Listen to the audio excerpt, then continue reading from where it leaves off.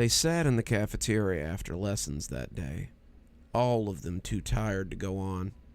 Masha massaged her temples. Dex and Ryan leaned back in their chairs like they might drop, and even Gerald had nothing smart to say that evening. They were all worn out, and there'd be no time spent in the game room tonight. If today was hard, then tomorrow would be even worse. I can't imagine what more we could do tomorrow that we didn't do today, Dex said. I can't imagine, Ryan said listlessly, and he moved his food around his plate. At least yours is just physical. I'd kill to run an obstacle course after a day of nothing but forming images in my mind. Dunston wanted to say something, wanted to add to the discussion, but he couldn't honestly remember what he had done that day. It was strange, like someone had scrubbed the chalkboard after a busy class and left nothing but dust. He knew he had helped Dr. Hammarskjöld with something, but he couldn't remember what it was. He noticed Rebecca looking at him oddly and glanced away as he took another bite of mac and cheese. So, if there's no grades, then what is all this for? Heather said, looking at the mashed potato mountain that she had formed. Maybe it depends on what department you get when you graduate, Daniel said. If you graduate, Masha said. Sounds like most people don't graduate. Most of the people who work here seem to have, what's the word, washed out? Dexter laughed. Where'd you hear that, little sis? I don't remember. It was just something I picked up from somewhere. It's true, though, right?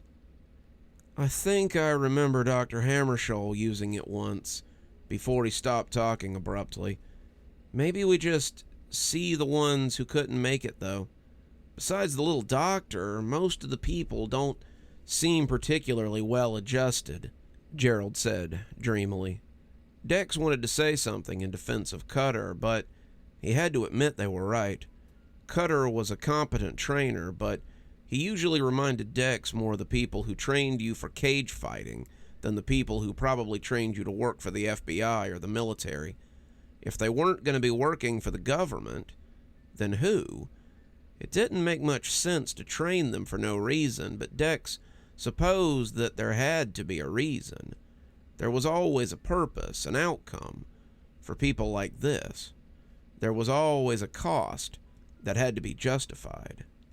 Well, all I know is that I'm going to sleep like the dead tonight, Dunston said, getting up and picking up his plate. I think we should all get some rest. Most of you look done in.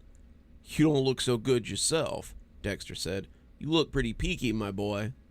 I guess I feel a little peaky, Dunston said, as he walked to the garbage can to throw away his scraps. You don't talk as much about the awful stuff you see anymore, Dex said as he got up to join him. I'm here for you if you need to talk about that. Don't just bottle it up, man. Nah, I'm fine, Dunston said. It hardly makes an impression anymore. Really? 'Cause some of the stuff you were talking about was pretty grim. Yeah, but I found a way to cope, Dunston said, his smile not quite as sane as he flashed it. I'm doing okay. Don't worry about me, Dex. Dex wasn't so sure, but what else could he do? All right, then. Well, get some rest done.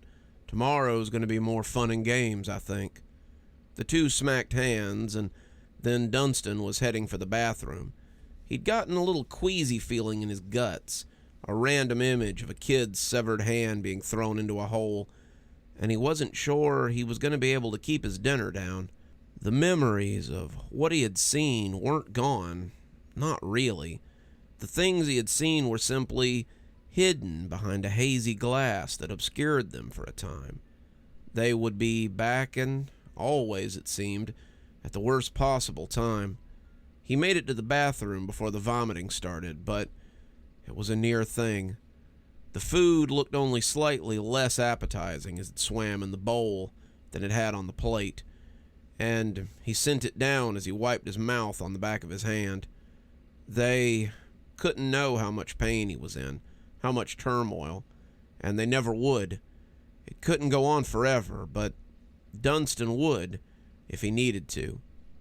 "You okay?" He looked up as Rebecca spoke and nearly splashed his shirt with water instead of his face. The bathroom was empty, but he still hadn't expected a girl to follow him in here. She was leaning against the wall as if she came here often, and Dunston suddenly wondered how much time she spent in the men's room. "Yeah, my dinner didn't sit well. Sorry if I worried you guys. I think it was less about what you ate and more about what you saw, wasn't it?" Dunston did feel the water slide down his shirt this time as he missed his face, sitting up sputtering as he wiped at his eyes. "What?" "You see things, despite Dr. Hammershoal helping you forget. Isn't that right?" "How do you know about that?" "I have my own demons that the little doctor used to help me with. I know his work, and I know it doesn't last. What does he take from you? All the horrible things he makes you see? All the horrible things that have been done to those people?" Dunston wanted to deny it, but instead he nodded. "He does. He makes it manageable." "He shouldn't have to," Rebecca said, half whispering. "None of us should have to go through this." "But we do," Dunston said harshly, "and there isn't anything we can do about it." He wiped his face and threw away the paper towel, a little harder than he strictly meant to. "Why do you hate him so much? Truly, why? He doesn't hate you. He asks about you all the time. Why do you hate him?" "Why? Because he's the reason I'm here. He brought me here.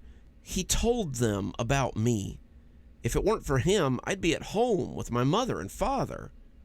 "Maybe, but it's more likely that they already knew who you were.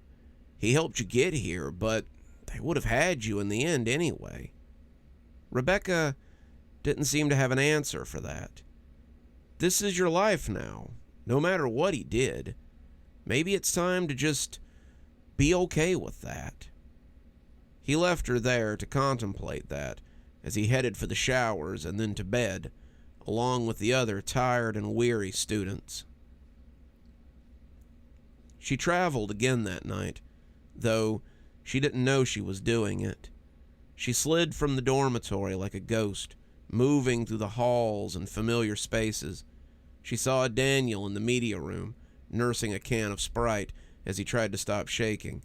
He saw Cutter sitting with two of the snatchers in the cafeteria as they drank whiskey from small glasses. She saw a woman in the library that she did not know, but who wept ceaselessly over some book. They all had these lines over their heads, these angry lines that seemed to squirm over each other. It reminded her of cartoons when someone was angry, and she began to recognize them for what they were. She flowed through the kindergarten, moving where she would and seeing what she might see. She went into the classrooms, now empty, into the gym, into the green band room that she had never seen. She was looking for the places that the teachers went, the secret halls where the teachers watched and this mysterious security chief stayed. That was where she encountered something odd. It wasn't odd in the general sense. It was only a door. But it was odd to the new eyes that she possessed. To her new eyes, it bore the stink lines of something most foul. It was like a living embodiment of filth, and she did not want to touch it. She didn't want to know what lay beyond that door, but she needed to. She went through the door and found not another metal hallway, like so many of the others, but an earthen chute that led into the ground. It was strange. She hadn't seen real dirt since arriving here, but this place was nothing but a cave amidst surgical steel. She looked down the chute, not wanting to go down there, but knowing that she must. There was something important down there. There was something terrible down there. There was something down there she needed to see, and the truth would tear her apart. She went down into the earth, and at the bottom, she saw what awaited her. It was a serpent of pure darkness, a storm cloud of smoke and chaos. It rose up as she came into its lair, its voice that of a badly tuned instrument as it gives its dying breath to the audience. It was huge, taking up most of the space, and she heard the bones as it rolled towards her. She was smoke, unsubstantial, and she knew that it couldn't hurt her. She knew this, but it didn't bring her any comfort. As it rose to the ceiling and prepared to fall on her, she screamed and threw her hands up to protect herself. She awoke screaming in her bed an hour and a half before breakfast, and her cries were the alarm that woke everyone for midterms.